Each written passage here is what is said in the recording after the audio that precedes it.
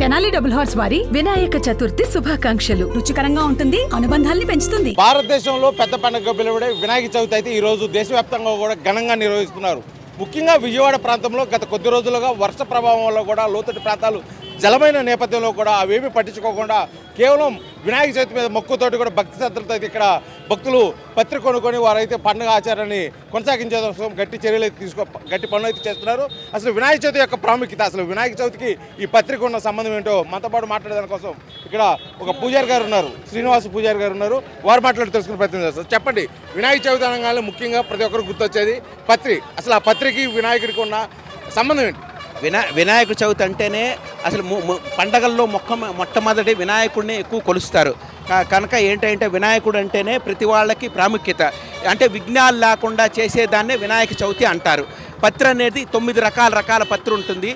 ఈ పత్రి వల్ల ఏమిటంటే దోషాలు, ఈ పత్రి వల్ల ఏంటంటే దోషాలు ఏమన్నా ఉన్నా, ఇంట్లో అరిష్టాలు ఉన్నా కూడా ఆ పత్రి, బెలవపత్రి అని, జాజి పత్రి అని, అలా రకరకాల పత్రులు ఉంటాయి. 9 రకాల పత్రులతో పూజ చేస్తే ఆ స్వామివారికి అది ఒకటి, బెల్లం ఒకటి, తర్వాత కుడుము ఉండ్రాళ్ళు ఒకటి, తర్వాత ఏంటంటే ఆ స్వామివారికి అతి ప్రీతికరమైన ఇష్టమైంది అంటే బెల్లం నైవేద్యం పెడితే ఎటువంటి వాళ్ళకైనా కూడా ఆ స్వామివారి మోక్షం ఇస్తారని చెప్పి ఒక నమ్మకం. మొత్తానికైతే ఎన్నడూ లేని విధంగా విజయవాడలో ఈసారి వినాయక చవితికి ముందుగా కొద్దిగా ప్రజానికాన్ని అస్తవ్యస్తం చేసినటువంటి తుఫాను ఇప్పుడు కొద్దిగా 2 రోజుల నుంచి కొద్దిగా సమస్యపోయిన నేపథ్యంలో ఇప్పుడు విజయవాడ ప్రజానికం ఆ పండుగను ఏ విధంగా ఆచరించబోతున్నారు? అసలు అయితే లెక్క ప్రకారం అయితే వరద ప్రభావం వల్ల చాలామంది ఎన్నో రకాలుగా ఇబ్బందులు పడుతున్నారు. కానీ ఏంటంటే మన తెలుగువారి పండగల్లో మొట్టమొదటి వినాయక చవితి కనుక వాళ్ళకు ఎవరి రీతిలో వాళ్ళకి తోచిన ప్రకారం వాళ్ళ శక్తానుసారం వాళ్ళు ఈ పండుగను నిర్వర్తిస్తున్నారు.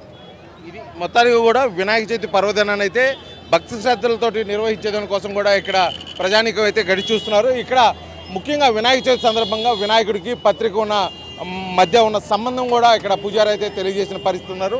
ఇవి పండుగల్లో మొట్టమొదటి పండుగగా వచ్చేటువంటి వినాయక చవితిని భక్తి శ్రద్ధలతోటి ఆచరించేదాని కోసం పత్రిక కూడా ఇక్కడ విరివిగా కొనుక్కోపోయేదాని కోసం విజయవాడ ప్రజానికం అయితే ఇక్కడ మార్కెట్కి వచ్చిన పరిస్థితి. ఇక్కడ మనం విజువల్స్ మొత్తం చూస్తూ ఉన్నాము. వారికి కావాల్సిన మొత్తము అవసరాలకు తగ్గట్టు ఇక్కడ వినాయకుడి విగ్రహాలు, పత్రి, అదేవిధంగా పళ్ళు, కూరగాయలతో సహా ఇక్కడ కొనుక్కున్న పోయిన పరిస్థితి చూస్తున్నాము. ఇక్కడ వినాయక చవితికి అవసరమైనటువంటి పత్రిలో ముఖ్యమైనది నిమ్మకాయలు, కొబ్బరికాయలు, అదేవిధంగా వినాయకుడు ప్రతిమలు కూడా ఇక్కడ చేస్తున్నారు. ఇక్కడ పెట్టి అమ్ముతున్న పరిస్థితి అయితే చూస్తున్నాము.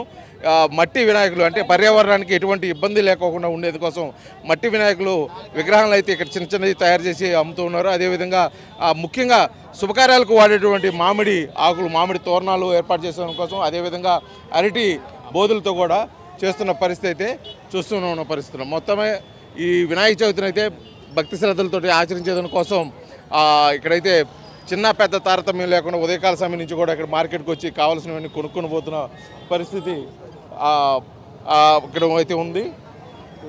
అయితే చూస్తూనే ఉన్నాం. మొత్తానికి ఈ వినాయక చవితిని విజయవాడలో ఉన్న పరిస్థితులకి ఏమాత్రం తీసిపోకుండా ఇక్కడ పూర్తిగా కూడా భక్తి శ్రద్ధలతోటి వినాయక చవితిని నిర్వహించడం కోసం అయితే ఇక్కడ ప్రజలు ఆసక్తి చూపుతున్న ఈ నేపథ్యంలో వినాయక చవితి సజావుగా జరగాలని చెప్పేసి ఆర్టీవీ తరఫున కోరుకుంటూ వీడియో జర్నలిస్ట్ లక్ష్మణ్తో శ్రీనివాస్, ఆర్టీవీ విజయవాడ. మరిన్ని వీడియోస్ కోసం ఛానల్ ని సబ్స్క్రైబ్ చేయండి. లేటెస్ట్ అప్డేట్స్ కోసం వాట్సాప్ ఛానల్ ని ఫాలో చేయండి. అండ్ లింక్ డిస్క్రిప్షన్ లో ఉంది.